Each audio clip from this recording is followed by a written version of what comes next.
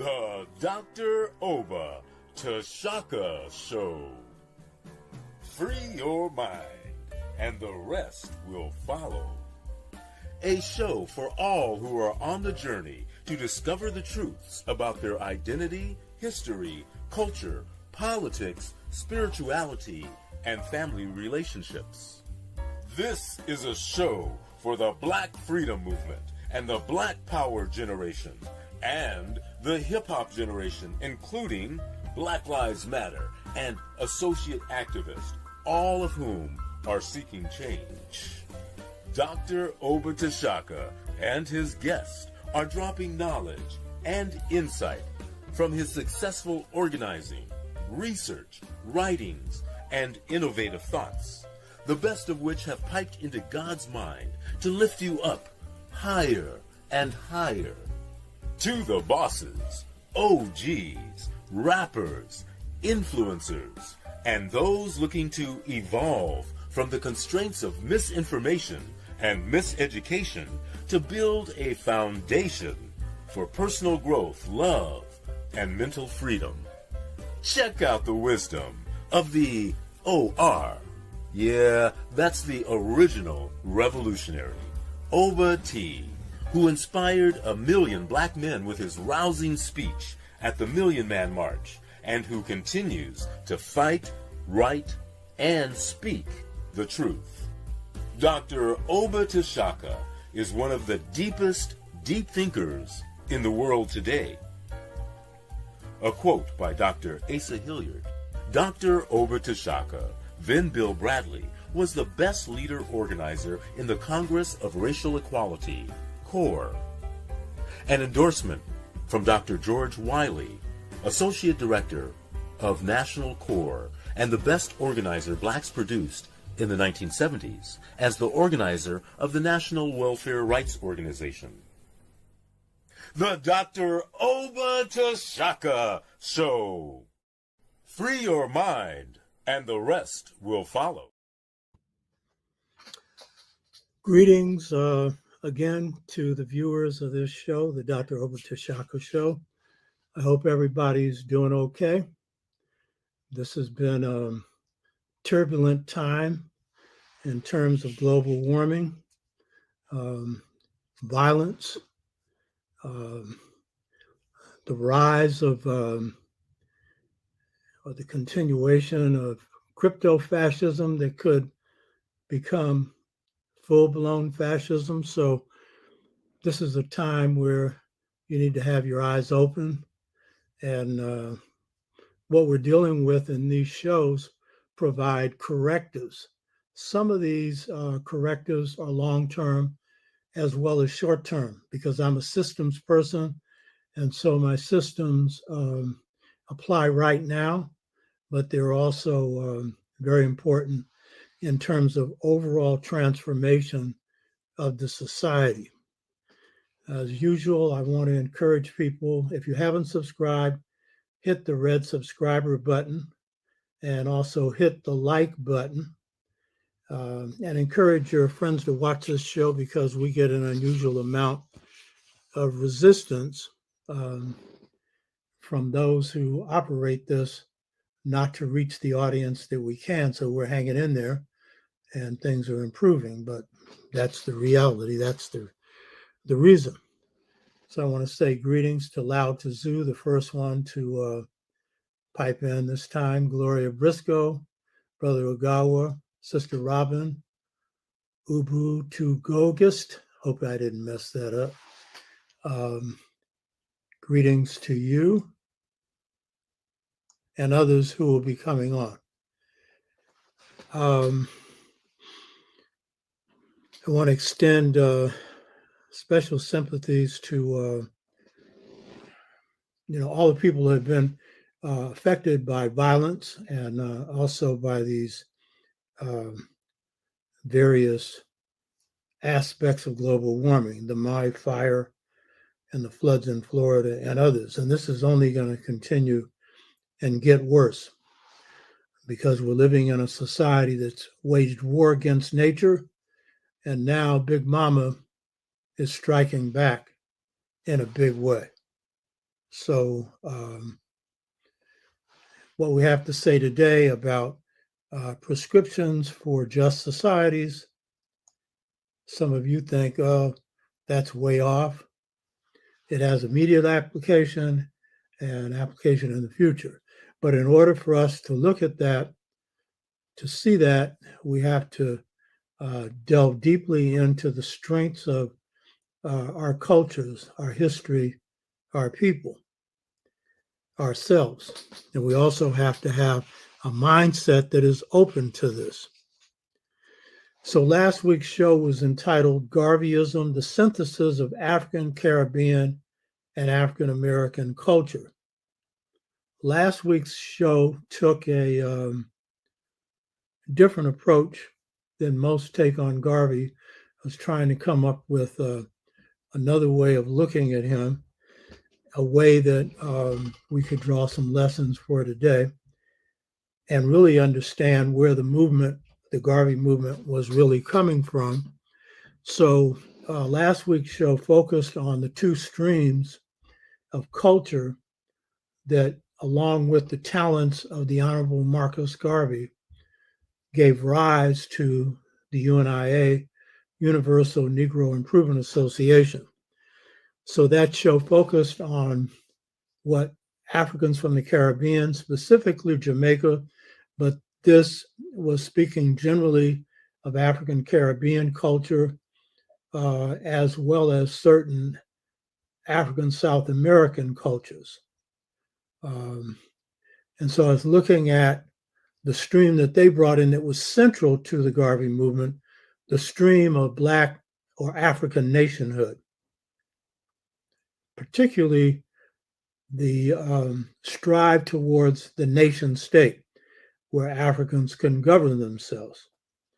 And so that was among many contributions that the Africans from the Caribbean brought in, and Jamaica in particular, where Garvey came from,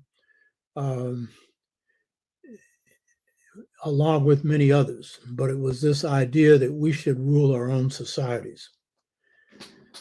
And then this focus, last week's show focused on the race consciousness component that the African American brought to the table. These two together created an explosion. It also shows the power of Pan-Africanism. Welcome to Wally, Pan-Aboriginals Worldwide. Right on. And Oziah Keppel. Greetings to you as well.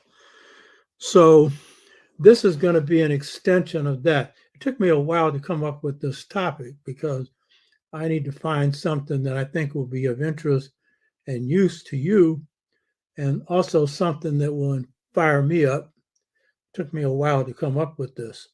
So today's show is going to examine what's behind the nation state idea that Garvey operated on, that Caribbean nations operate on today, and that Africa operates on. And of course, America is based on Britain and other European countries. The nation state, when we say nation, we're referring to the common culture that a people share. In this case, the African nation state, the common culture of African people. African Caribbean people, Africans in America. We are all nations in the United States within a nation. And we share a common culture. That's what holds us together as a nation. And then state, it's the concept of governance. So in the Caribbean, you have nation states. Here, you have Africans in America who are nations, some of whom aren't conscious of it, but who do not make up a state, which would be a system of ruling ourselves because we're up under this system here. That doesn't mean that will always remain the same. So that's what's meant by state. And then, of course, it has specific meaning to specific cultures. Africans in the Caribbean have nation states because they have governments, presidents, governments that run it supposedly politically. even though behind the scenes, economic power is being wielded through Western powers, IMF, World Bank, and other institutions. Still, these countries have political leadership and some maneuvering ability, some doing better with that than others. So Garvey operated on the notion of the nation state inherited through colonialism. And he was trying to break free of colonial rule, but he was using a European nation state model, one that he inherited from Britain. The United States is basically an extension of that with their model. We'll talk about that more today. So today's topic is on a well-known figure for people who are really conscious and do their homework. But for most of us who don't do our homework, you haven't even heard of Edward Wilmont Blyden. And those that have too often have got the wrong understanding of Garvey because they have of Blyden because they haven't read his central work. And this is the one that I'm going to focus on today. So the topic for today's show is Edward Wilmont Blyden, B-L-Y-D-E-N. Edward Wilmont Blyden's Path to African Freedom, Not Yet Followed. This title suggests that maybe sooner or later we'll come to our senses and realize that what he's talking about makes sense. And there's more to this than what he had to say, but his stuff is central. So I'm putting forward the idea that at some point we'll realize that this is part of the road we need to follow if we want to be free. So today's presentation is going to center on Edward Wilmont Blyden's thoughts, particularly one component that's central. And while we'll be focusing on Blyden's thoughts as being central to the path for Africans achieving freedom, we'll be also bringing in other observations as well. But Blyden's are central. I should point out that in my research on Garvey, in one of Tony Hill's books on the Universal Negro Improvement Association, the most comprehensive research on Garvey,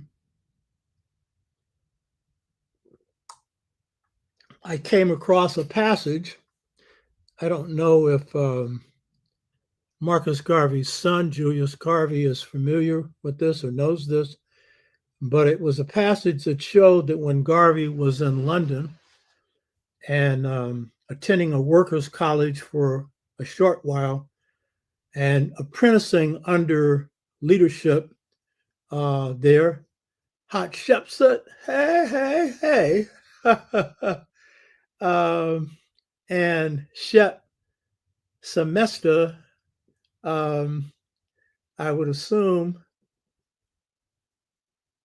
that's the husband, but Hatshepsut is one of my favorite students. Hey, girl. Appreciate you sending me stuff every now and then, by the way of Facebook. I noted one of your comments before where you said, I must have some real strong spirits protecting me. You better believe it.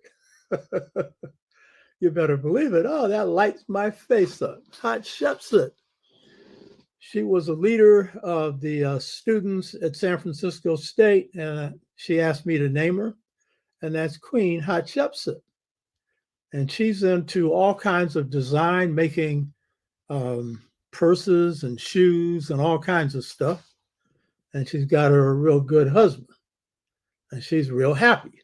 So, right on, girl. Hey. You see that light on my face? My goodness gracious. So who was Edward Wilmont Blyden? So the key point I want to make is that in reading Tony Hill's work, I came across something that most scholars probably don't know. When Garvey was doing a lot of research in London, he was apprenticing under some masters and doing some reading. He went to the main library in London, where a huge amount of material is collected, including on Africa, at least their version of it. And I noted he had picked up the book that is going to be the subject for Edward Wilmont Blyden's, called African Life and Customs. You can see this is an old book. I think I paid, can you imagine, $2 for it. This is the jewel in Edward Wilmont Blyden's crown. So Garvey actually read this book, but I don't think it sunk in, and we'll get into that. Why? Oh, Hot Chef said, is that true? That I wouldn't let you cancel the class without you signing up for another? Oh, I don't remember that. Okay, if you say so, it's got to be true, because you'd remember that. Blyden had read, Garvey had read this, but we're going to see why it probably didn't sink in. So who was Edward Wilmont Blyden? Blyden was born in St. Thomas, Virgin Islands, a day before my birth, August the 3rd, but many years before, 1832. Why is he important? Some people would say he's the most brilliant thinker produced in the 19th century period. And some would say him and Martin R. Delaney, who was a Pan-Africanist, African-American nationalist thinker, medical doctor, highest ranking person in the Civil War, a major in the Civil War, but an advocate for African nationhood, and someone that preceded the thinking of the Honorable Marcus Garvey, one brilliant person. So I'm not going to get into an argument over who was more brilliant. They both were. And so it's these two that blazed the way in the 19th century for African-centered thought, what you could now call African-centered thought. And so that's key reason we're focusing on him. Deep, deep, deep thinker. Okay. So who was he? So I said he was a person who was born in the Caribbean in St. Thomas, Virgin Islands. His family lived in Puerto Bello, Venezuela, from 1842 to 1844. In 1850, May of 1850, he came to the United States to try and get an education. But due to good old racism, he was denied admission to a theological college, because that's one thing about him. He was a theologian, but he was also a historian, a philosopher, and many other things. And so that led him to migrate to Liberia. Unlike most of the Africans who came from either the Caribbean or the United States to Liberia, he did not bring a slave mentality. He brought a mentality of respect for African people, as well as deep respect for acquisition of knowledge, which is, of course, a key quality of African culture all over the world. So he enrolled in Alexander High School in Monrovia, became editor of a newspaper called Liberia Herald, and he wrote some articles. He was then ordained as a Presbyterian clergyman, and he became principal of Alexander High School. So I could go through a lot of other things, but the key thing to note about him is He became Secretary of State of Liberia, and he was Liberian ambassador to the Court of St. James, the court of so-called Great Britain. Why people make themselves great with naming, putting a great on the front of their name. Great for what is the question. And he held other offices. And one of them was as Minister of the Interior, where both as Minister of the Interior and later on his own, he got to move among traditional African people and live with them and understand their life and culture. This is the key thing about Blyden, that he understood African traditions and African culture traditionally. And a lot of you think, oh, with colonialism, it all got wiped out. Like hell it did. And Blyden was there to observe it. Most Africans in the US and the Caribbean or in South America, unless they had just come from Africa, they did not really know traditional African life and customs.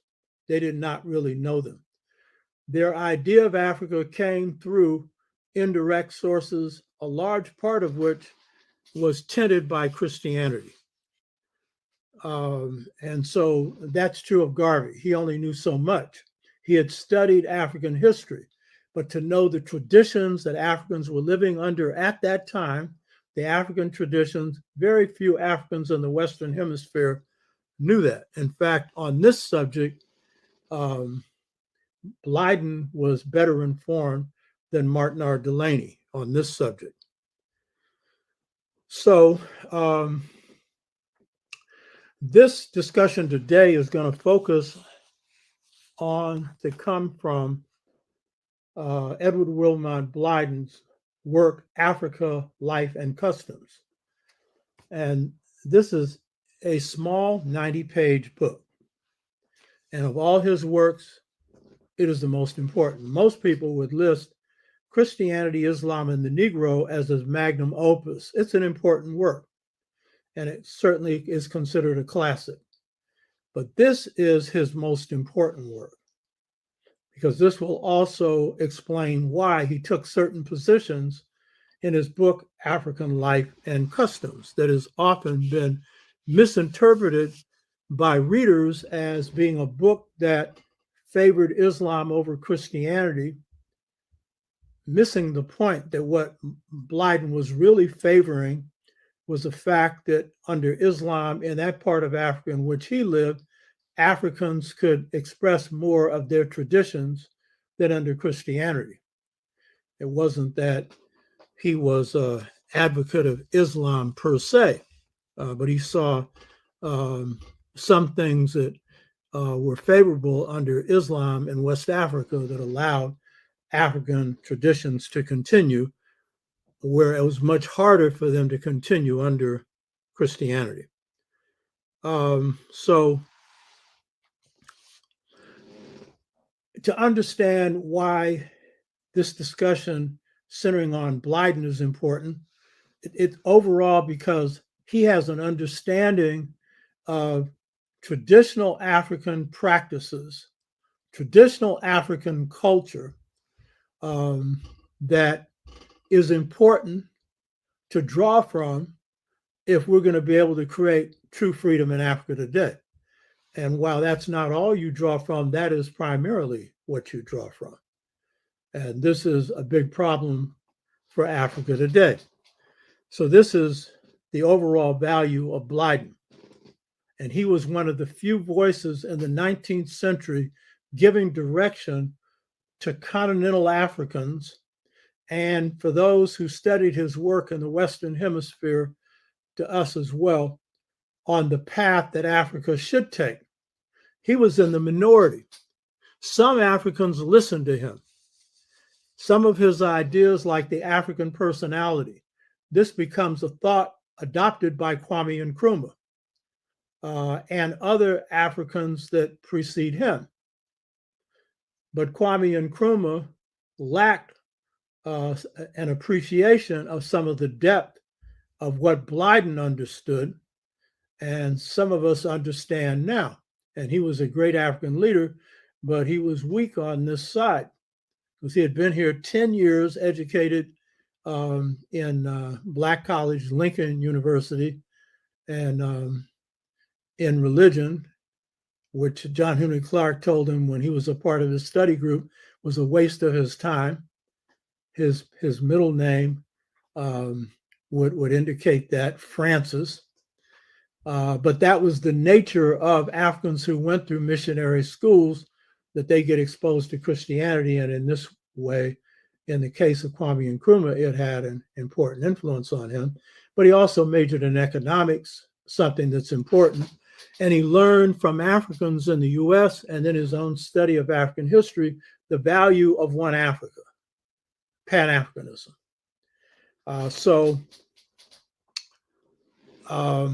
Blyden's thoughts had some real impact on a lot of different Africans. Now, Blyden's thought is important because two scholars have identified the central problem facing Africa today, and you could say the Caribbean, South America, wherever Africans are governing, and could face us when we reach our point of governing ourselves under our own nation state. And these two scholars are Basil Davidson and a Nigerian, Dr. J.F. Ade Ajayi. He's an outstanding scholar and historian. These two scholars independently, and in the case of Basil Davidson, he's a British scholar who's written widely on Africa. The first book I read on Africa was written by him, Lost Cities of Africa. Both of them identify the central problem facing Africa today that most African leaders do not to this day identify as a central problem. Basil Davidson called this, and his book is entitled this, The Curse of the European Nation State. Basil Davidson was saying, and he's correct in my opinion in saying this, that the real time bomb that the Europeans left with independence, the one not identified, was the system for governing yourself that African independence leaders picked up unquestionably, without questioning it. And it's the real problem. And Dr. Ade Ajayi identifies this as the central problem as well. So it's interesting that two scholars who had, I don't know if Dr. Ade had read Basil Davidson's book.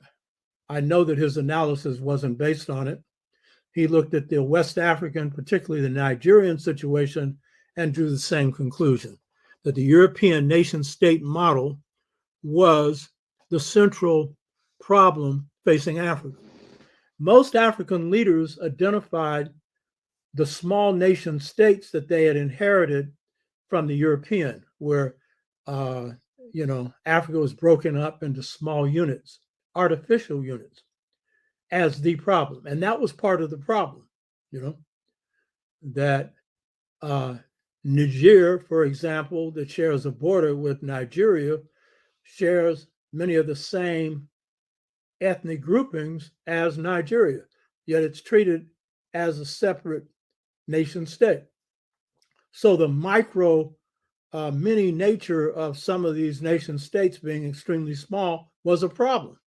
And that was part of what Kwame Nkrumah wanted to solve with a United States of Africa.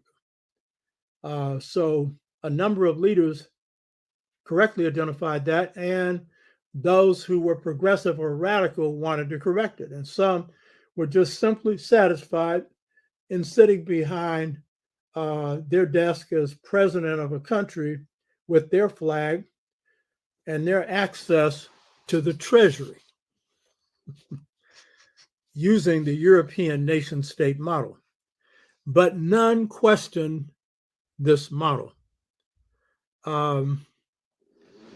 First of all, how did Africa get saddled with this? And why did, say, Japan or China not face the same problem? Now, India has faced a similar problem. They are also saddled with the British nation state parliamentary model, modified by their caste system and their culture. And this has posed some problems for them, but because they already had a unified India, it didn't hinder unity. It hindered the people having a real say-so in the government, which the people had not had during the Indo-Aryan rule. They did under the so-called Dravidian or Dalit period where Africans ruled themselves. So that's a whole nother thing. But the key point is this: Japan and China were not saddled with the European nation state model. Why? Japan was not invaded. They wanted to, the West wanted to, but they did not invade Japan. And Japan, therefore, could undergo modernization, industrialization on their own terms, which is they were in a feudal period and they underwent what is called the Meiji Restoration, which was this feudal period in Japan where the Japanese realized, leaders, that the West had advantages over them. So they sent their brightest young people to the West to study their industrial system. And then they industrialized with a passion. And in the turn of the 20th century, they engaged in naval warfare. I've discussed this in a previous show with Russia and defeated them. In just a few minutes, they destroyed the Russian Navy. And this was the signal that power had shifted in the world. Africans had won battles on the ground against the Europeans. Menelik, the Battle of Adwa in Ethiopia. Samora Touré, Sekou Touré's ancestor, had fought off the French for some time, and others had had victories in South Africa and others, but it was not technological victory. And that's what put Africa in the bind. It got put in gunpowder and the technology behind that. So Japan was not saddled with the European nation state model because Japan was able to pursue their own culture because they were not occupied by foreign power. And in the case of China, they faced semi-colonialism. That is, there was some colonialism on the borders, but they were not able, the Europeans were not able to get in, and the European Americans to control the whole country. And so while the emperor system became corrupt and was eventually discarded by the Chinese, Sun Yat-sen becomes president of China for a period. And when he dies, Chiang Kai-shek, a corrupt military leader, takes over. And then a civil war pursues. The Japanese invade the country. They get defeated. And then there's a civil war between the Chinese communists and the nationalists. And under Mao Zedong, the Chinese communists went out. But heavily underneath what was called the Chinese Communist Party was Confucianism. And that is the philosophy of the popular philosopher of China, Confucius, who was the first to provide free education to the masses of Chinese. The emperors adopt Confucius as a unifying system of thought and as a practical system for governing their country. So China doesn't have to make this choice. Africa is put in this position because you have both colonialism and before that slavery hitting Africa. And there's 100 years of resistance to this. But by the late 19th century, you have the Berlin Conference, Africa is divided up. And with a whole lot of other intrusions, missionary intrusions and others, the systems that are imposed on Africa are alien and foreign. And so the system of governance is a European governance system. So what you're seeing right now, you just had 2 military coups just recently in what's called Francophone or French-speaking West Africa. That is, a certain sector of the people speak French because they were colonized by them. Niger and Gabon, those governments have been overturned by the military.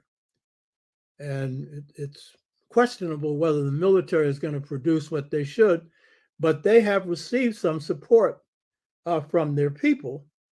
And there's good reason, because these so-called countries that are supposed to be democracies have been corrupt powers that have pocketed the wealth of the people along with France and other Western powers. And so as a result of that, the people of Gabon, Niger, and many other parts of Africa are fed up with these systems that are supposedly democracies, but are really run by very few people. In the case of Gabon, one family has ruled the country since independence and slices off a piece of the income of the country and puts it into that family's pocket. So that is a part of this Western system that is described as the curse of the European nation state on Africa. And I'll get into more of what that European nation state was based on. I've covered some of this before, but I'm covering this in another angle in a different way and showing you that it's even more than just the European nation state that is the problem. It's European culture or Aryan culture. So it's even more than that. I want to thank a brother named Walter Turner, who is the creator of a show on KPFA called Africa Today. If you haven't listened to it, you should. I was talking to him a couple of years ago, and I'm going to be having him on this show to discuss current events in Africa. I was asking him if he had any information on Julius Nyereri's views on the European nation state in Africa. And he ended up sending me an article. There was a chapter from a book that is, the book is entitled Guns and Gandhi in Africa. And the chapter 3 is entitled Walimu, Tanzania, and the Meaning of Freedom. Walimu, which means teacher, is a title assumed by Julius Nyerere, who was president of Tanzania. So this was very valuable because this was an interview conducted by an African American that I knew, Bill Sutherland, of Nyerere.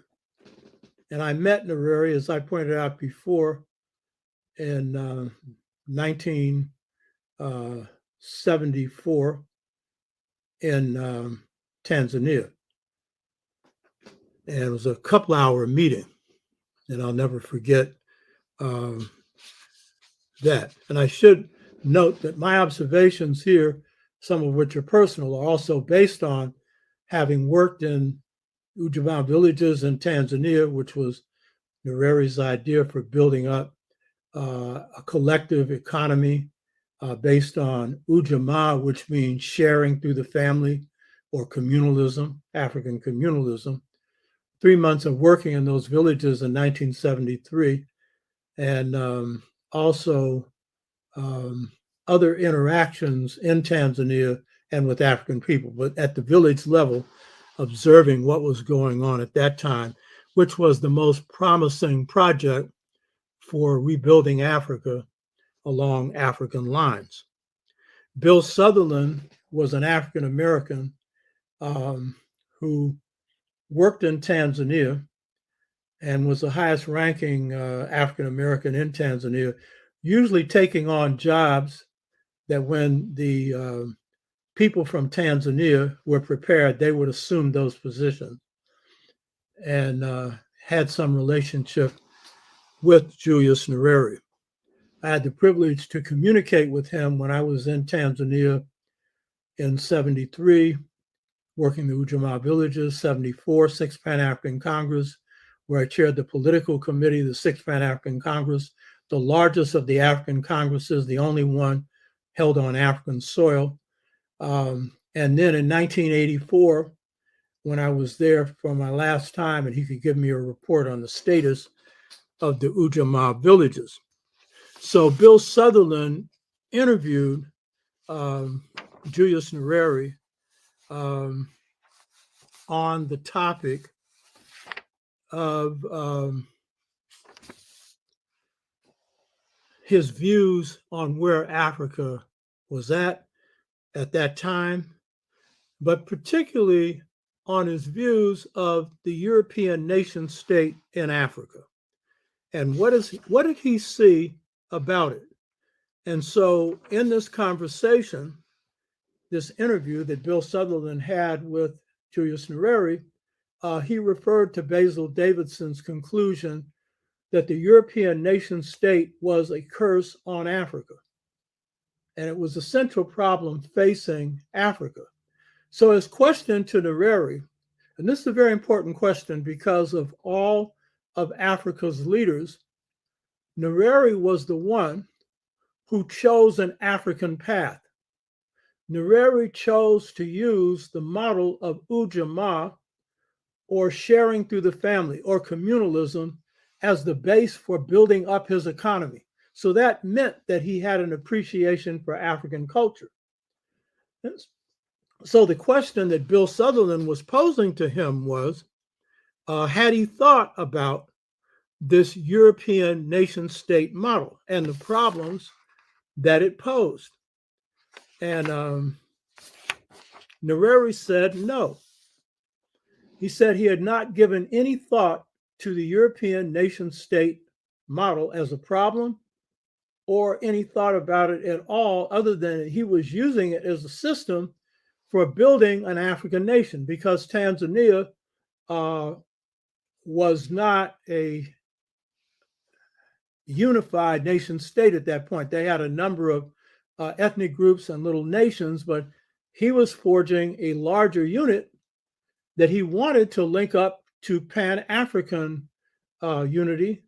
And he even proposed that they forestall Tanzania's independence until Kenya, Uganda, and Zanzibar and others became independent, because he said that if you're going to because he wanted to create one nation out of that, so that you wouldn't just have these small nations.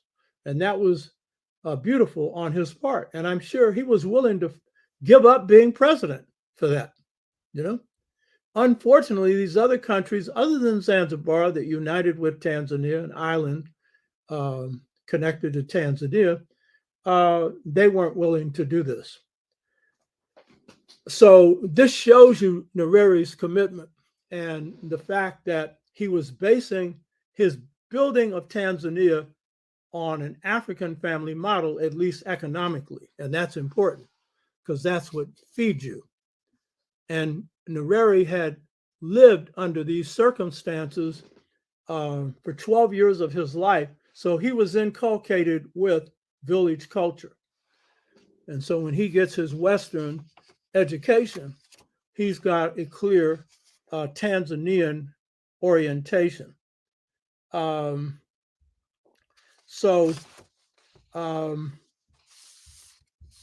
Nyerere said that while he was aware of the problem of these small nation states and tried to correct it, and he talked about how he agreed with the president of Ghana, Kwame Nkrumah, but also disagreed. He agreed with him on the need to have African unity. But he realized that this was not going to occur immediately. And so he favored economic federations in different parts of Africa, an East African federation, a West African federation. He favored larger units that could eventually lead, in this case, economic, to a unified state of Africa. And he thought that Nkrumah was impractical because he expected to get African unity all at once, which really wasn't practical. And I think Nkrumah thought that way because he was trained in religion and thought in absolute terms. And he also was influenced by, because he would call the unified African nation the United States of Africa. Sounds a whole lot like the United States of America. So he was here for 10 years. That influenced him. But he had the vision, the big vision, but he wasn't so practical in the steps that you take to achieve it. That was Nyerere's point, and I agree. It was too many obstacles out there, Western obstacles and brainwashed African obstacles to get this all at once.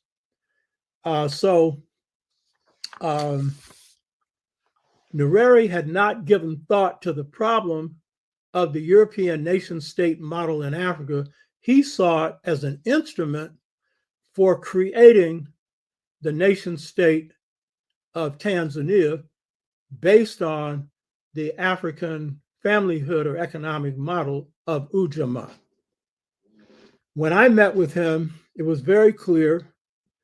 He made this extremely important point that for him, the important thing was developing Africans who could run the country, that he could have brought in Europeans to help him, but he wasn't going to do that. And so he saw the Party of Tanzania, which at that point was called Tanzanian African National Union, TANU, as the instrument for forging the nation. And in fact, he stepped out of the office as head of state for about a year so he could go back to do party building. And in this respect, he resembles Amilcar Cabral, who you see back here, who planned to only be party head. And so he didn't examine what was wrong with the European nation-state model. In fact, I also can draw another conclusion that he saw it convenient, because I remember at the Sixth Pan-African Congress, Julius Nyerere said, "I am the nation-state of Tanzania," meaning he wielded the power.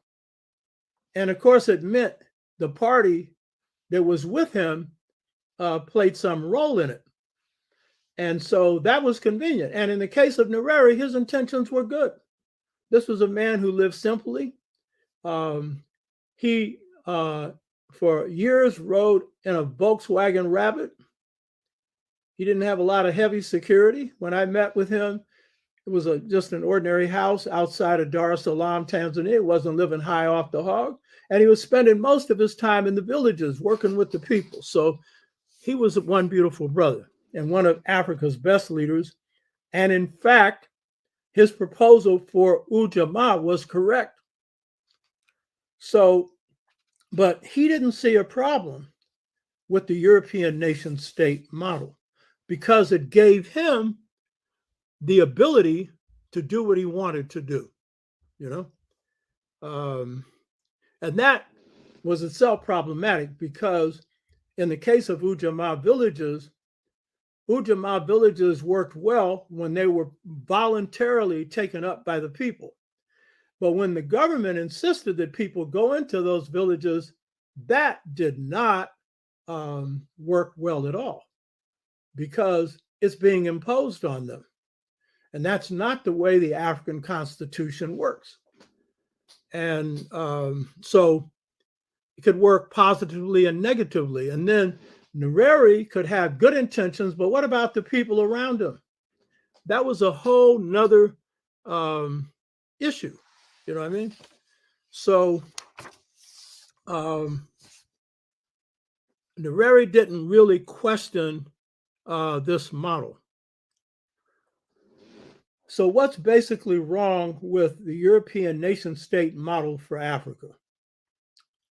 One, it did not arise out of African conditions. So it does not suit African needs. It arises out of conditions peculiar to Europe. And over time, you have different ways in which it developed, but it's pretty consistent. The European nation-state model, and this is something that Blyden didn't understand. He didn't have the data on this at that time. The European nation-state model, as I pointed out before, arose out of the nomadic societies that developed in the Caucasus Mountains of Europe. And this is the Aryan model, the Lord and Master model, where those who run things, Arius, are lords and masters. Aryans, according to the Ariuses, are the no good for nothing dirty scum. Those are the white people that they manipulate and control. What becomes later capitalism, mercantilism before that, feudalism, and today capitalism, it emerges out of this same idea, because you've got to ask a question. How in the hell can Europeans be loyal to leaders that do them in? Right and left, historically, since this nomadic model took place. How can they do it?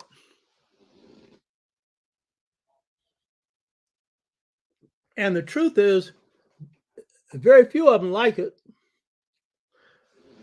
Some of them have rebelled against it, but it's a part of their culture.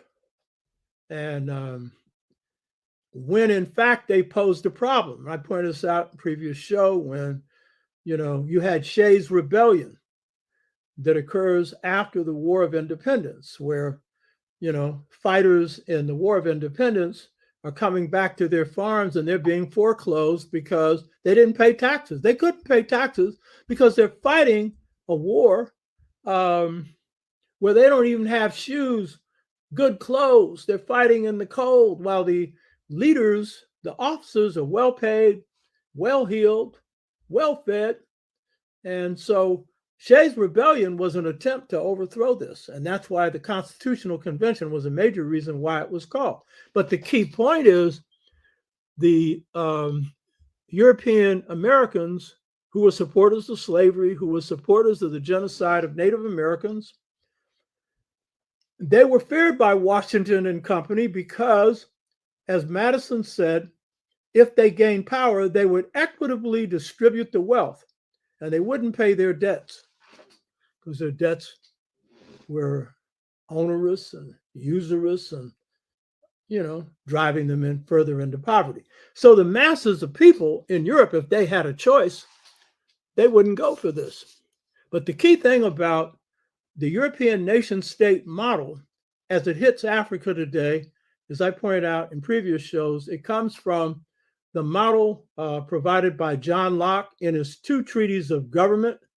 And it's in his 2nd treatise of government, these 2 little books, in which he lays out what's called republican government, and which they call democracy, which is not, because democracy is ruled by the people.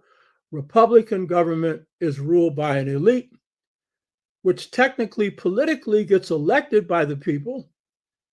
But as Aristotle said, when the people go to vote, they are choosing between the same people. In this country, Republican and Democrat are labor and conservative. And so what ends up happening is under the Aryan system that starts with nomadism and then ends up in this Republican system under a capitalist system, it's a few who control everything. So the role of government is to protect the property of the few, which when John Locke formulated this wasn't vast and great. Their property wasn't vast and great, except for a handful of the rich. But as it's grown, it's become extensive. And so this is a system designed for the few to impoverish the many, imposed on Africa that had no concept of land, air, or water being privately owned. So this is why the European nation state is a curse to Africa. It benefits only a few, and the rest are pushed into the ground of impoverishment. So this is the problem. Most of Africa's independence leaders, Nkrumah didn't even think about this. Amilcar Cabral was beginning to question it, but he had not reached the point of really questioning whether this was a viable system for Africa. He just jumped into it and assumed the powers underneath it. So what does Blyden have to offer as an alternative? And I'm going to focus on a few essentials. There are many others, but I'm going to focus on a few essentials. One, Blyden appreciated this fact. So he's saying that if you're going to have a governance system that will lead to prosperity for the people, then that governance system, that nation state, has to be centered on the institution of the African family. That's the key point. And to quote him, he said, "The family, which in Africa, as everywhere, is the basic unit of society." Now, when I was doing my work on Return to the African Mother principle of male and female equality, I hope you all are listening to this. I see this conversation you got on the side. You know what I mean? Hope you're listening to this.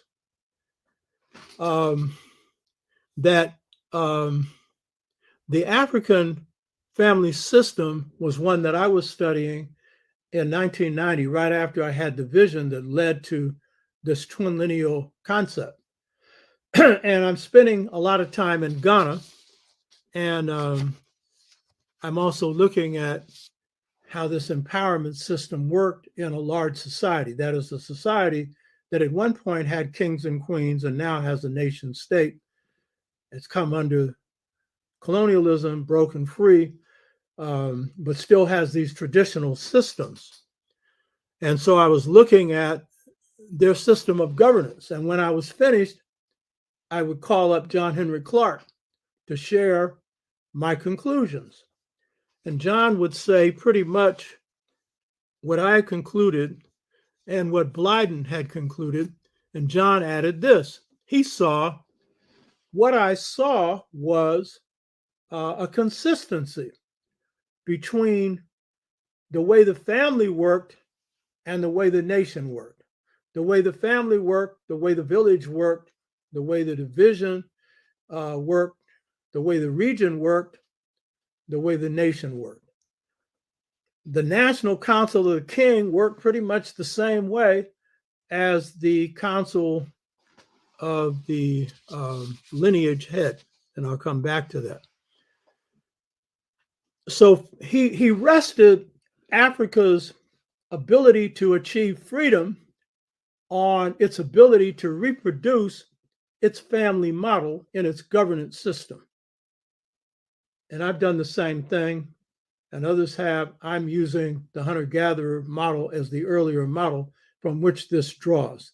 But Blyden has some observations that are extremely important, one of which will be unpopular to some and popular to others. Blyden stressed the importance in the African family system of plural marriage, or what we call polygamy, where a man has more than one wife. And he noted, and I quote him from African Life and Customs, that plural marriage or polygamy, quote, rested on the will of African women, and this will operates to protect African women from abuse, to enable them to provide functional work along sexual lines, because African women are the main agriculturalists in this case, and to guarantee that African women would share normally in the work with a view to healthy posterity and unfailing supply of population. He's saying that the African conception of the polygamous family is one where the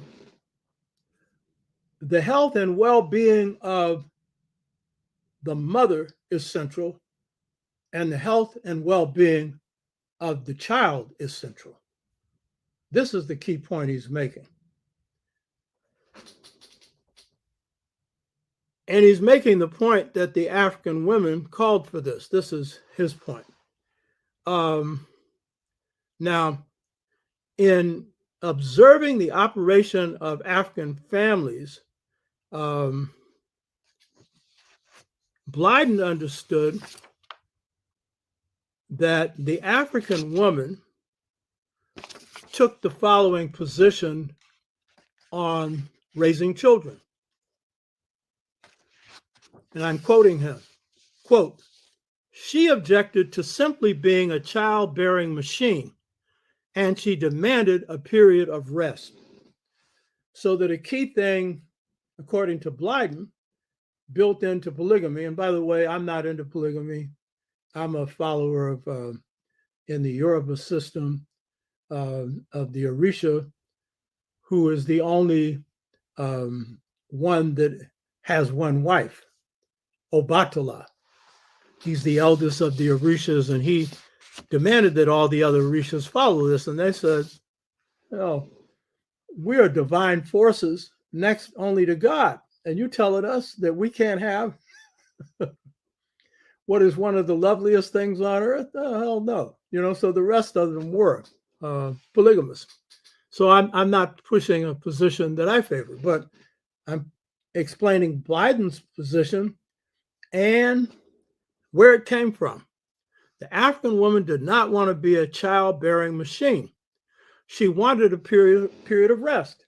African women and African men, and the African woman being the primary agriculturalist, observed the land, and they observed that in order for the land to remain fertile, you needed to have periods of rest where you weren't planting crops, and you allowed the soil to rest and then planted later, a few years later.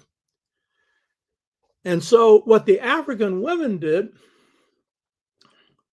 and I'm quoting Blyden again, is she insists upon a period of 3 years of continuous rest before taking up again the duties of motherhood, end of quote. This is a key point, right? 3 years of rest, because you're living in varying climates. They're hot, temperate, rains. It depends on what condition you're in. And then women have the responsibility of nurturing the child if you have children, and then also at some point tending to agricultural work. And so this can be exhausting in the African climate. And so to preserve their vigor and their strength, I'm paraphrasing Blyden, the African woman needed rest. So you can figure this one out. what's the African man going to do during this time? Unless you have a foolproof system that prevents childbirth, then the man's going to need an outlet. I mean, what are you going to do? Tell him to just find any woman and have sex with them? No, Now, of course, there's other reasons for polygamy. The African man wanted polygamy. And here's the key point. The majority of Africans were never polygamous. They couldn't afford it. And because under polygamy, the husband has to put his wife in business. He has to have accommodations for her to live in. He has to, or his family has to provide dowry, which is not a bride price. It's a sign that they're able to take care of the woman. And everything that the woman gains is hers. Whatever she brings in is hers. Now, as an agriculturalist, she's going to divide the food. But her business that she sets up, the profit of that is hers. So not too many African men could afford that. But those that could, then this was the African woman. And those that couldn't, well, she's got 3 years of rest. And if you think about, particularly in enslavement, where you had African women bearing 12 and 14 kids, and sometimes afterwards, we have a lot of African women bearing a lot of children. And of course, you could say, well, yeah, in an agricultural system, even under sharecropping, the more people you had to work, then, at least you could bring something in. But that was new slavery. That wasn't something that Africans really wanted. So this is Blyden's account for the origin of polygamy, and I think it stands up, though the African man wanted it. So let's be clear about that. Blyden notes that under the polygamous system, the African wife would sometimes ask their husband to also marry their best friend so that they could have a close relationship with someone other than the husband, and a companion that's going to help them in the work. And if a husband had more than one wife, then it'd be a number of them doing that work. And we know polygamy has its problems, competing wives, struggling to see that their child gets the better position, and so forth and so on. But this was not an arbitrary system that just put the woman to the side. So this is what he sees as one of the foundations for African governance systems, the African family. In this case, the plural African or polygamous African family, though the majority are one man, one wife. And that was true in the hunter-gatherer state, where men aren't going to be able to afford to have more than one wife. And handling childbirth and moving around is itself going to be a problem. You know what I mean? So this is key. A key thing about the plural marriage and monogamous marriage systems in traditional times is that in Africa, there were no spinsters. There were no women by themselves who are left to fend for themselves, which meant left in poverty. That did not happen. And so this is another feature of this system. So Blyden is saying that to have a just political system, a just governance system, and I'll get to the economic system in a minute, then the family, which is the first unit of governance, has to be the foundation and the model for how you run the society. So as my research has shown, and Blyden also recognized this, that the African family was the unit that solved most problems. So it was the unit that took care of the medical needs of a people. They didn't need to have hospitals. Women were trained in this. I'm not going to go into the training system today, but they were trained in medicine. And so they took care of the medical needs. If it was too big, then it went to the village. But by and large, the family took care of it. Whatever the needs were, the family handled it. So it was the unit, the first unit of governance. But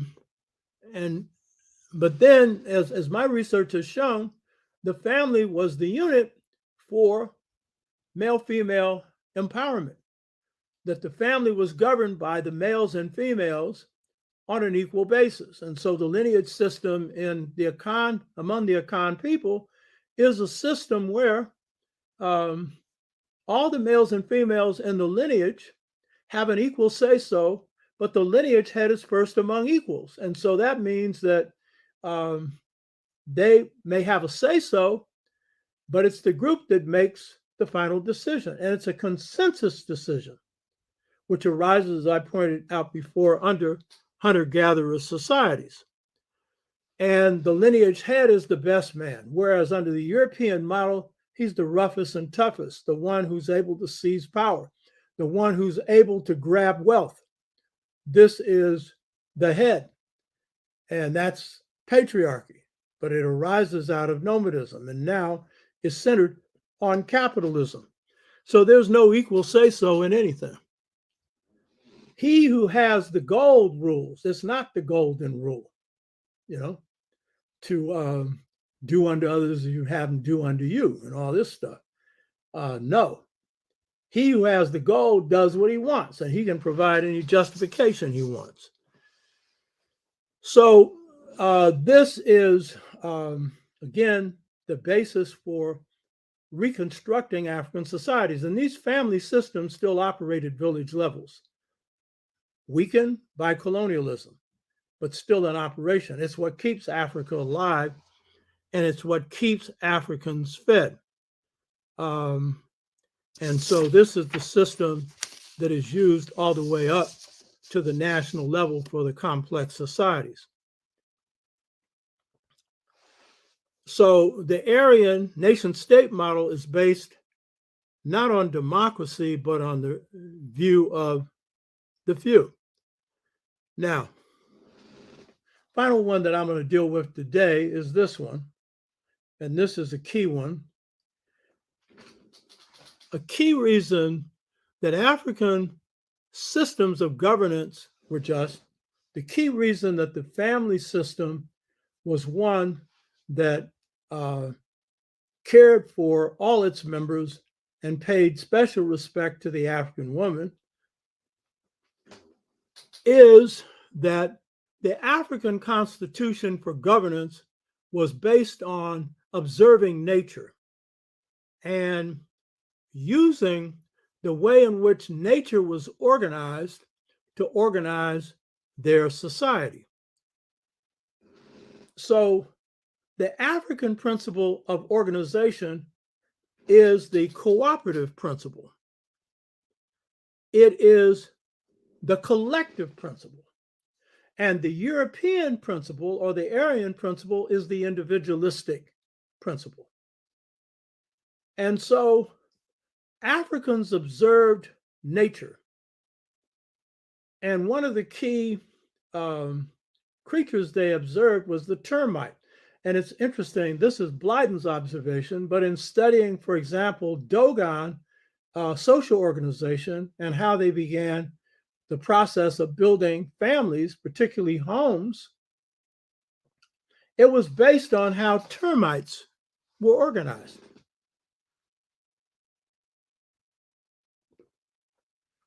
Termites organize on the cooperative principle. Blyden speculates, and many others have as well, that the shape of the pyramid was a reproduction of the termite hill. The Dogon certainly say that the termite hill is the basis for the model for their granaries and for their homes that are shaped in the same way. But what Africans were really looking at was the cooperation that occurred in nature. And it was the collective principle. And key to this collective principle is the idea of ethics or morality being key to the operation of just societies. And so Blyden makes this observation. He says, we can say that by the tribe is the root of ethical thought.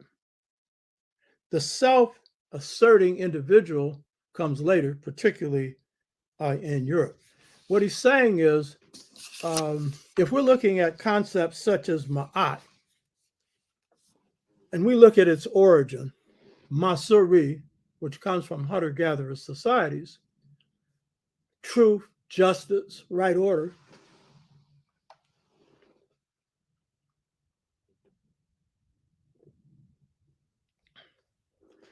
ethical systems come out of collectives. They come out of people working together. And in Africa, you did not need a book to tell you that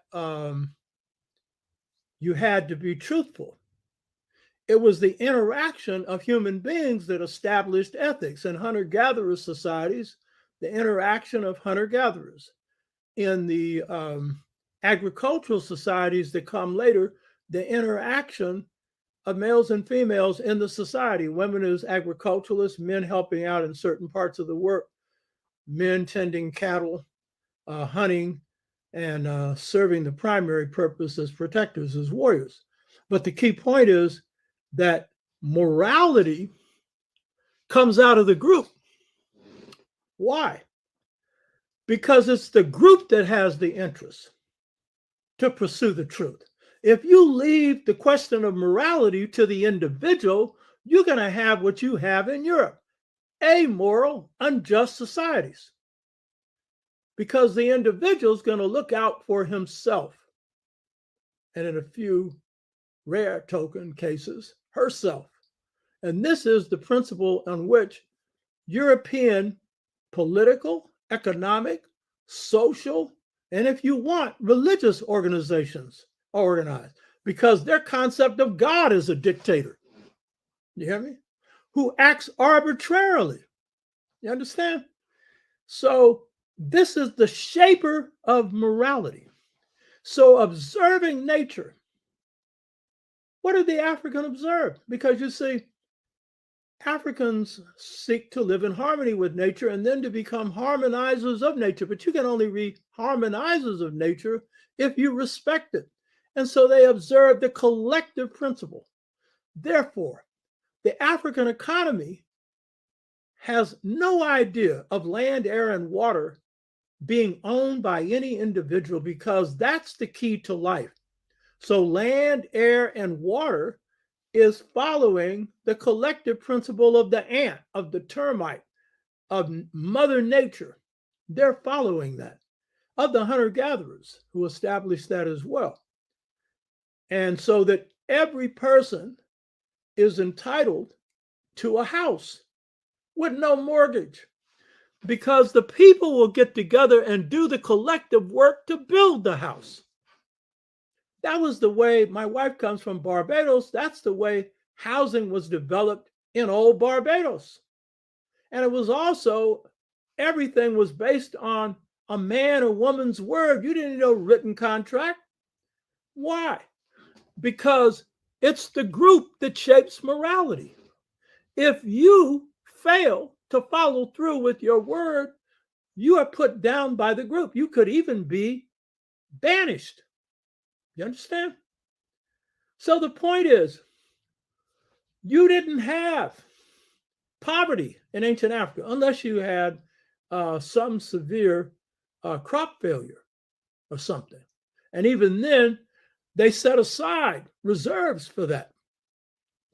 So you didn't have beggars, but all over Europe, you had beggars. And look at America today, the homeless. You had no homeless people because everyone had a right to the use of land, not ownership of it. And the ownership of the land, of the house that is built on it, which is built through collective work. In Dahomey, it's called Dupegwe. These are work crews, collective work crews that you find all over Africa. So you don't have somebody paying a 30-year mortgage. You hear me? People are entitled to that. You don't have, here it's called PG&E, Pacific Gas and Electric Company, or in this case, East Bay Mud. They control the water. You're paying for water. That's a gift from God. And then when you make water private property, a few can control most of it. And that's what's happening. You're now having diminishing amounts of water. And you've got areas where people are not able to get access to water, and they're drinking polluted water and stuff like that. So the African principle is a collective principle. And it is around that African societies created what's called communalism, or what Nyerere called in Swahili, ujamaa, Ujamaa, sharing through the family. It means communalism. Marx didn't study Africa. He didn't study these systems, but Africans had these systems full blown. And the most just societies were the hunter-gatherer, and then the small societies that I've examined before, where people lived good lives. Yeah, they didn't have 10-story buildings, but who owns those? They didn't have big fat bank accounts. Guess what? They didn't have banks. Guess what? They didn't have safes. Guess what? They didn't have locks, LOCKS, because they didn't have any great amount of wealth to lock away. And guess what they had most of all? Honesty and integrity.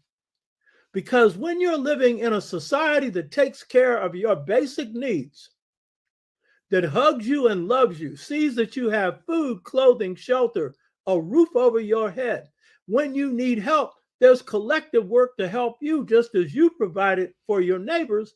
You have no incentive to steal. There were virtually no thieves in ancient and traditional Africa, and still the African has a higher standard of morality than anybody else because his society provided for him. He had to do the work. Don't get that wrong. So Africans had a very low tolerance for stealing. Murder was rare. Stealing, rare. And in some societies, you could face capital punishment for theft. Why? Because the society's giving you everything. And you're going to go steal from somebody? Huh? Native Americans lived the same way. Many other people of color lived the same way. And you're talking about, you can't change this system. No, first you need a vision of something better. Then you need to practice it. The African in America could not practice this notion of land, air, and water being free. But what did the African in America do? What did the African in the Caribbean do? What did the African in South America do? What is the African in Africa doing today? They're sharing. The poorest Africans share the most. That's why my wife tells me they call the poorest in the Caribbean poor great characters. You hear me? Meaning great moral qualities, because they have a system that's not amoral. When you see people, most people who are in prison today are in there for crimes of poverty, whether it's drug crimes that they're using to make money, or some of them are addicted and should be given care, or crimes against property. It's because they ain't got any. A few have everything, and they get away with murder. They can poison the planet. Nobody goes to jail. Yeah. Cause an economy to melt as in 2008 and other crashes. They get saved while the people who got these lousy home loans lose their homes. This is the individualistic model. That's why I'm not an OG, I'm an OR. I'm not an original gangster. What is original about stealing? You know, white boys been doing that forever. Huh? And a lot of us are doing it now. Some of us out of necessity, so we say. I'm an OR, an original revolutionary. I'm mining the gold of our culture. You should be too, and I know some of you are.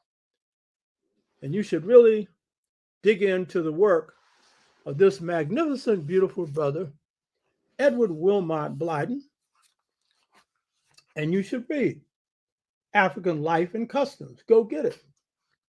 But more important, you should look at the best of your systems to look at how you can apply them, update them to transform your societies today. Today, for example, cooperatives are a way to go. In the 60s, I built, along with a guy named Jim Montgomery, the Marcus Garvey Martin Luther King cooperatives. It was not built as cooperatives to begin with because HUD financed it. I had no money to, build that. The people in it later turned it into a cooperative. That's the best way to go, where people share in the decision making and share in the wealth. Today, you have socialism for the rich and poverty for the poor. The rich get the benefits of the labor of the masses of people and steal almost all the profit. And today, now they're telling you they're going to take your Social Security because it's underfunded, which is pure bull. Pure bull. All they need to do is tweak it and they'll have more than enough money. They want to, and then they'll tell you the biggest lie of all, oh, you'll be better under private ownership. Private ownership means they pocket it. Private ownership means it's gone. Put Trump in and let him get both houses. That's what's going to happen. He didn't do it the first time because he wouldn't have got elected the second time. Even all those loyal white people would have become disloyal who jump off a bridge with him. They ain't, not if you're taking their Social Security. You hear me? So, in conclusion, we need to, as the rap artists say, go black to the future, draw the best from our past, and use it as part of the recipe that we have to put together to create just societies now.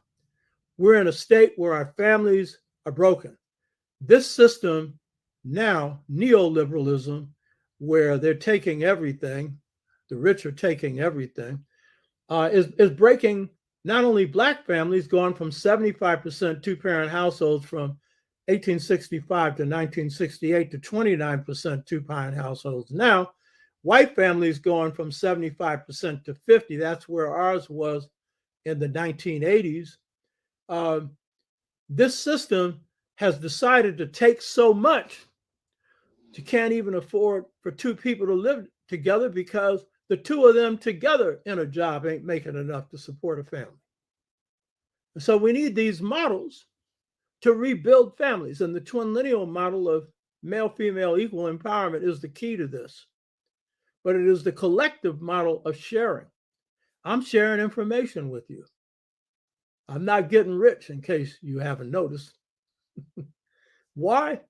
Because I believe that ultimately, if you're looking at why were these African systems so just, yeah, they modeled after nature. Yes, they were based on the African family system. But most importantly, the African has a deep sense of caring for each other and caring for humanity. Humanism is at the core of all African cultures. That is the heart and soul of who we are. The best of our people are the kind and gentle people, who mirror in their treatment of their people the way our mothers treat our children. The way that God loves us and treats us as well. So check out African Life and Customs and this bad, by bad I mean good, good brother, Edward Wilmont Blyden. Hotep. Let's see what you all got to say.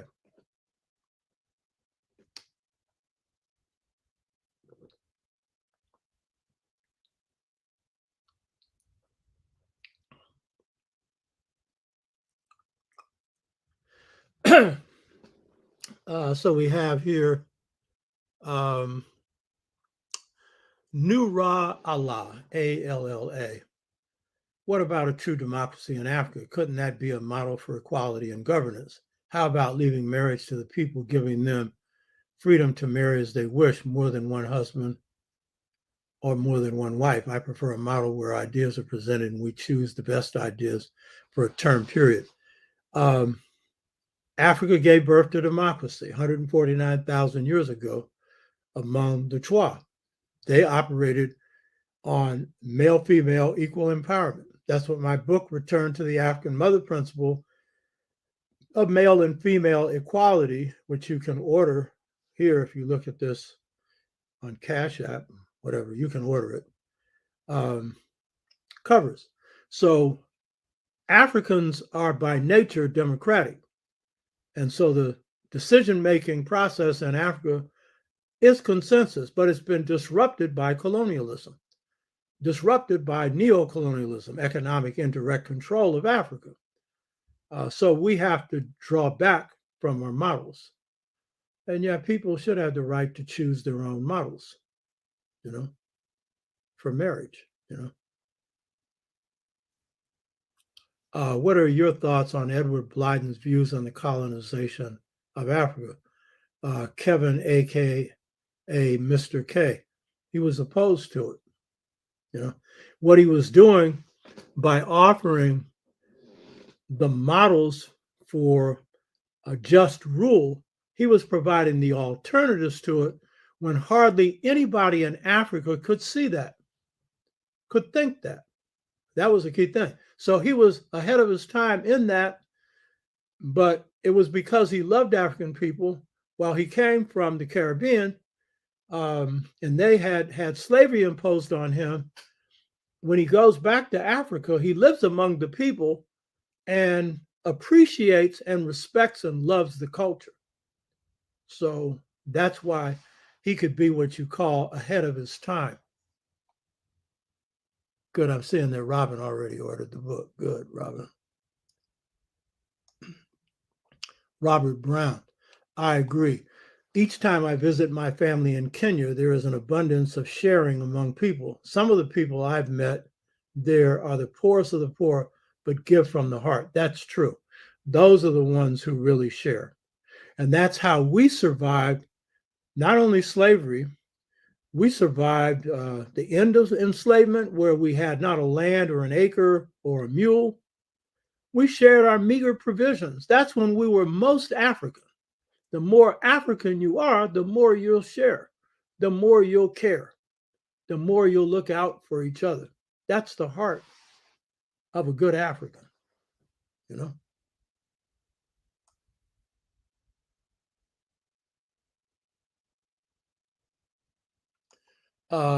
Uben to Gogist, I hope I got that right. Would you agree that the group feeling among the Arabs lack morality? Yeah, because it's based on power. It's based on family power as opposed to the Aryan arbitrary power that's more of a group power coming out of nomadic systems or whatever the economic and political system is. So yeah, I'd say so. And I'd say that's why the Prophet Muhammad brought Islam to the world, but also to the Arabs. He was an Arab because they needed some restraint put on their desert ways, which was to grab stuff and take control, Yeah.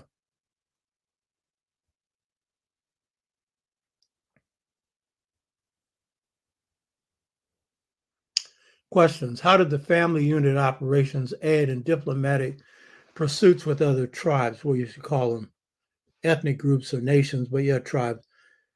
First of all, the way in which Africans often enlarged a political nation state, if they were at that stage, or a nation if they were these smaller classless age grade societies, they would embrace them as family members.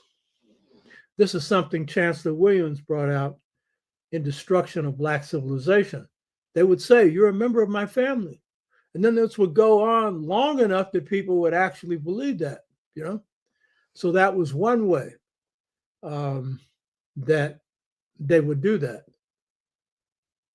And families are going to be much more tolerant of each other. And therefore, engaging in warfare and stuff like that is going to be light. And that's the way it used to be in Africa, very little bloodshed, you know. That was also true of Native Americans and other people of color.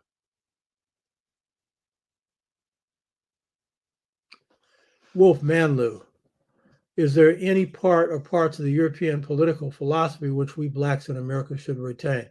I've been watching BRICS, and that question came to mind.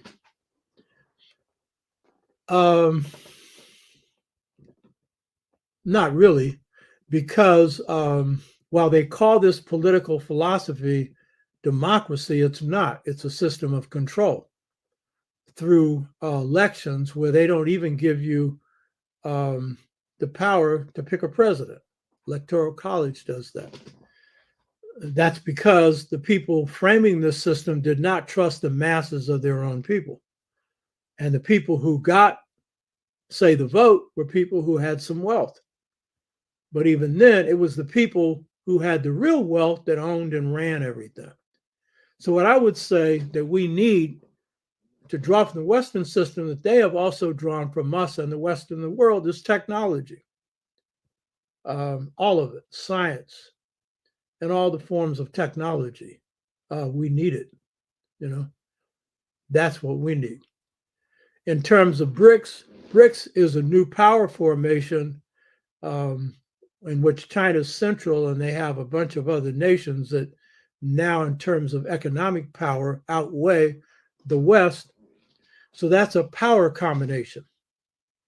What you can say is, with the exception of the Arabs that they've added on recently, Saudi Arabia, and the Arabs who are running Kemet, Egypt, these are not countries that, for the most part, have carried out colonialism, you know, for the most part. Doesn't mean that they couldn't be a problem in the future.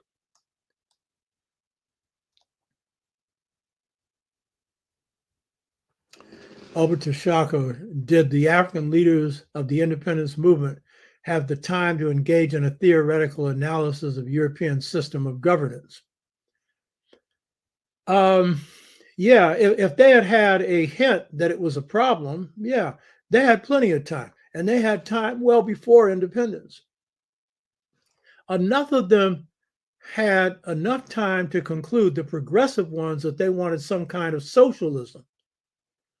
Nyerere called it Ujamaa. Kwame Nkrumah, he was talking about socialism. They made mistakes on this one because those who wanted socialism, the idea that wealth would be equitably shared, didn't really look at the difference between their idea of socialism in the modern context and the African practice of communalism. The idea that many Africans who embraced socialism had was that the state should be the one that handles the way in which wealth is distributed under a so-called socialist system. But the African system, it was the village level, and particularly the family level, which was really the basis for sharing. And that's important. And they made all the decisions around economics. what crops to grow, what price to charge, and determine prosperity as a result. And when you put the state in charge of that, and when they have been miseducated by Western systems, they're going to start directing policies that will benefit their group. And that's what happened in Africa. You know, the policies of those that call themselves socialists was directed more to favor those living in urban areas, and the rural people got shortchanged. Or in the case of Kwame Nkrumah, he's using the reserves of money coming from profit from foreign exchange, and cocoa was its primary means for foreign exchange, to build a hydroelectric system, the Aswan Dam, and to build up education and to build up medical systems. But he did not pay the farmers a fair price. He thought it was for a good reason. Now, one of the things about communalism is people made a profit from it. It was not capitalism, but it enabled people to prosper. And if the government is the main one prospering, and then the political party is made up of a lot of people who run the government who are corrupt, it's going into their pockets. But even if it doesn't, you can benefit people by providing government services like hydroelectric, education, healthcare, and other things, and at the same time put money in people's pockets who gave you the wealth to build that on, you know?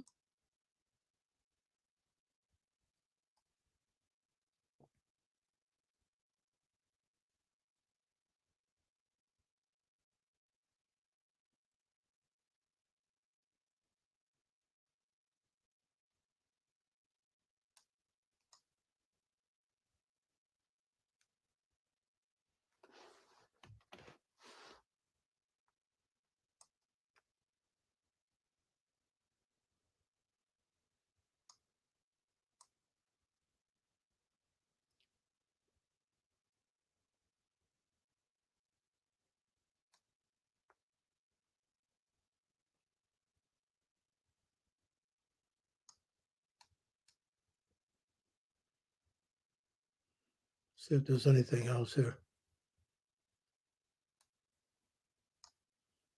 Okay.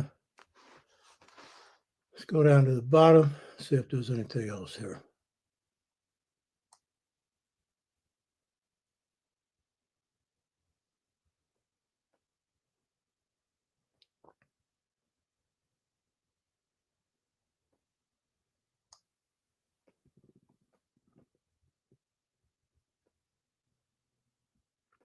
Lao Tzu, why should Africans in the USA, Turtle Island, not create a nation state where we are? That's possible.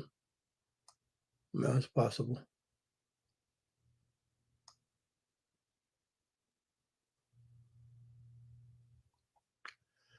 Ida, Sister Ida, did you agree with the laws of Ma'at or disagree? I believe that we should examine ourselves daily and make corrections as needed. Yes, but I'm showing you how it developed out of African family systems. It developed out of collectives.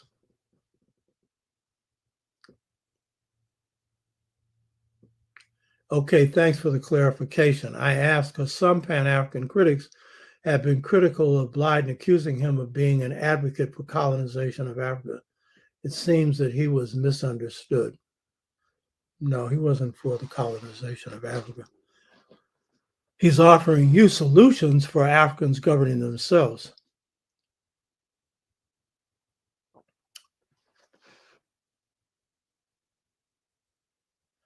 Nura Allah, he's criticizing Africans for claiming places like Egypt as theirs when they took it over, wasn't their civilization, and oppressed the original people, so-called Nubians.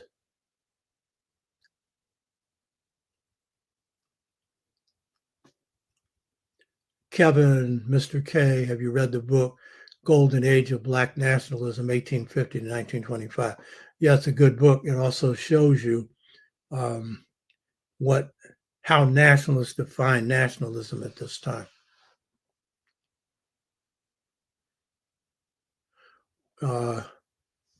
Keshen Iwa Agajali. What is the communal aspect in relation to the riches of leaders like Mansa Musa? Okay. He's referring to the fact that Mansa Musa brought along a whole lot of gold when he went to Mecca. This is someone who has converted to Islam, but probably kept on many African characteristics. So you could say that bringing all that gold was wasting it, you know? You could say that, and could have been better used in building up Ghana. But Mansa Musa also had a pretty good leadership role in ancient Ghana. But yeah, I think it's a good question. What do I think of BRICS? Yeah, I discussed that last week. I think that it's a positive thing. It's an indication of the decline of the West. It's a new power center, and they've added a number of nations to it. And we'll see where it goes, but I think it's a good thing. More of Africa needs to be in it. What would you suggest our next moves be if we live in the U.S.?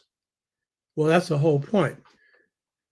We should be using the best of our systems, African, and they come out of African American culture or African Caribbean or African South American or African anywhere in the diaspora, as part of how we tool up in rebuilding our families. We've got to rebuild our communities.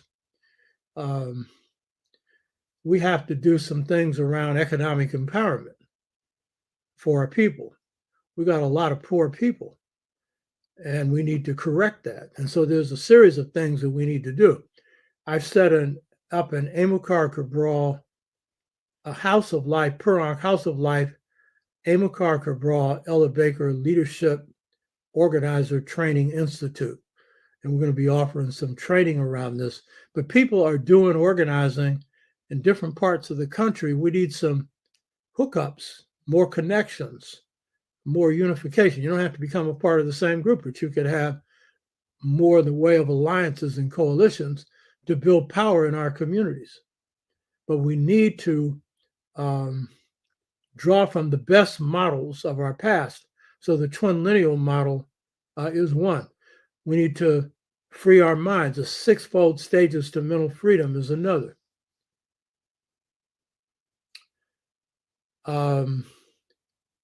Is there a parallel between African family model and group feeling? No.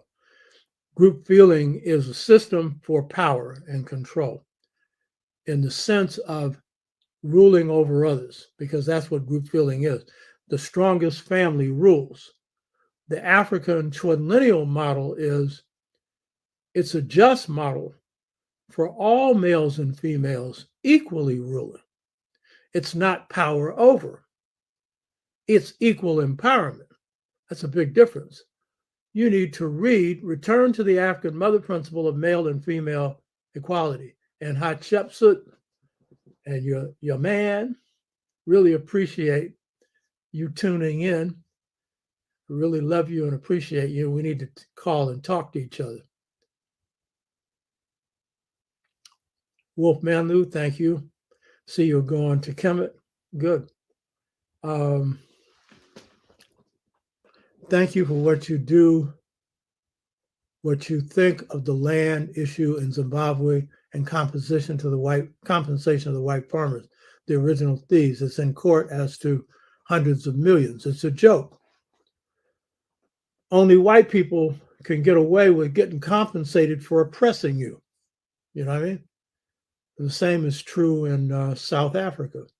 And the same is true here. They got to get their land back after enslavement, and we got absolutely nothing. And we got white liberals running around saying, and some black liberals who want to please them because they're running for office saying, I don't support no reparations because I didn't do it. Your ancestors did, and you continue to, and you profit from it. And anything taken from you, you want back. But we had our freedom, our lives, and a whole lot of us, else taken. And we don't deserve any compensation. Well, the thing is, it ain't going to be given voluntarily. So that's the nature of power. You can prey upon it all you want, P-R-A-Y, but the best thing is P-R-E-Y upon it. Baba, do the Dogon use books or is it purely oral information passed down? I have the greatest amount of respect for their way of life. Their book is oral, and they do it through Adunoso, A-D-U-N-O-S-O, which are signs of the universe. Aduno, universe, so knowledge or words of the universe. So it's written in the sand, it's written on the ground, but no, they don't write. And too many of us measure the importance of a society by whether or not they wrote. No. The importance of a society is whether or not they practice what they preach. That's the real value of a society. And the oral societies produce the highest standards of morality. And societies like Kemet, they did their best to reproduce that by having the written word imitate the oral. Hatshepsut. I know this to be true. Most of my family from Belize came over with a susu or shared money between my mom's people, the Hilliards, who were Black missionaries from Sanford, Florida. Yeah, very important point that Sister Hatshepsut is pointing out. The susu is a system in Africa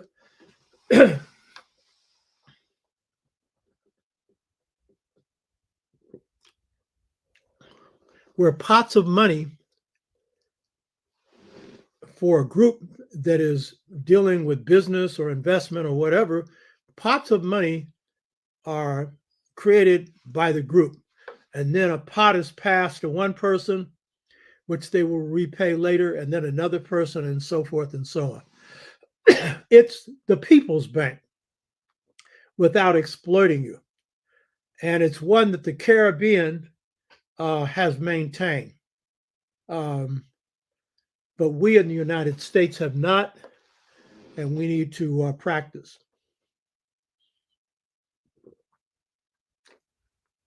So we can self-finance our own enterprises.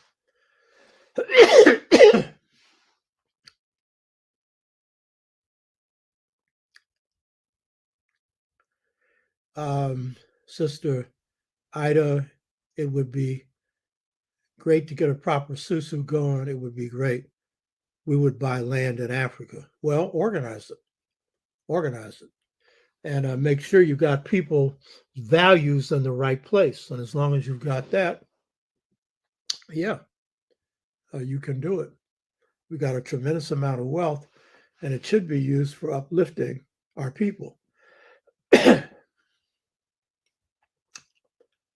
Okay, that's it. I tried to cut the time down. It was about an hour and 30 minutes. I was trying to get to an hour. I'm going to succeed eventually. So until next week, Hotep, blessings to all of you.